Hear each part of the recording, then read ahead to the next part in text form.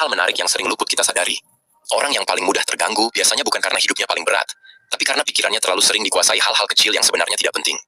Satu komentar, satu tatapan sinis, satu nada bicara yang merendahkan, bisa langsung mengacak-acak suasana hati seharian. Padahal, dunia ini tidak pernah kekurangan pemicu. Yang berubah bukan dunia. Yang berubah adalah siapa yang memegang kendali. Stoikisme punya cara pandang yang sederhana tapi tajam. Hidup memang bisa menyakitkan, manusia bisa mengecewakan, keadaan bisa tidak adil. Tapi kita tidak wajib memberi mereka akses penuh ke pikiran dan reaksi kita. Karena di titik tertentu, kedewasaan itu bukan tentang selalu terlihat kuat, tapi tentang memilih untuk tetap tenang, bahkan ketika batin sedang ribut. Bukan karena tidak merasa apa-apa, melainkan karena kita paham. Energi itu mahal, dan tidak semua hal layak dibayar dengan emosi kita. Lucunya, semakin kamu tenang, semakin ada orang yang merasa perlu menguji. Seolah ketenanganmu dianggap sombong.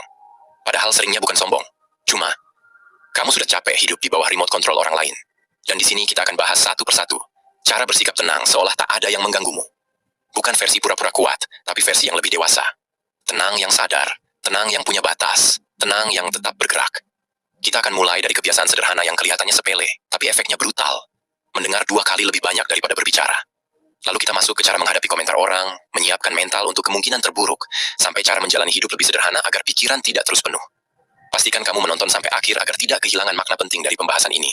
Dan jangan lupa untuk berlangganan agar kita bisa terus berbagi perspektif yang menginspirasi satu sama lain. Mari kita mulai pada berbicara. Pernah nggak kamu masuk ke sebuah situasi, dan rasanya semua orang seperti berlomba jadi yang paling benar? Suara meninggi sedikit, kalimat makin tajam, dan yang paling capek biasanya bukan mereka yang bicara, tapi kamu yang ada di tengah-tengahnya.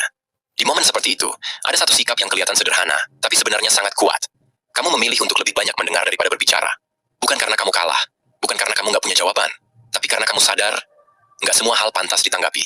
Stoikisme punya cara pandang yang dingin, tapi masuk akal. Ketenangan bukan berarti tidak punya emosi. Ketenangan itu berarti emosi tidak kamu jadikan pengemudi.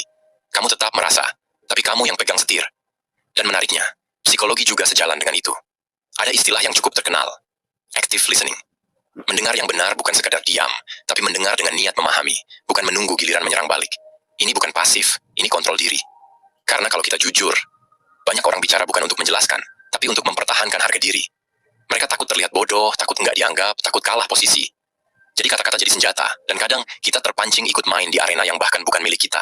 Biasanya kalau kita lagi diserang komentar pedas, tubuh kita bereaksi duluan. Bahu tegang, dada panas, napas pendek. Itu sinyal yang halus tapi nyata. Ada sesuatu yang nggak beres. Dan di titik itu, orang yang dewasa bukan yang langsung membalas, tapi yang bisa bilang dalam hati, tunggu dulu, ini masalahnya apa? Ini orangnya siapa? Ini penting atau cuma ego yang minta dibela? Karena ada perbedaan besar antara diam karena bijak, dan diam karena takut. Kalau kamu diam karena takut konflik,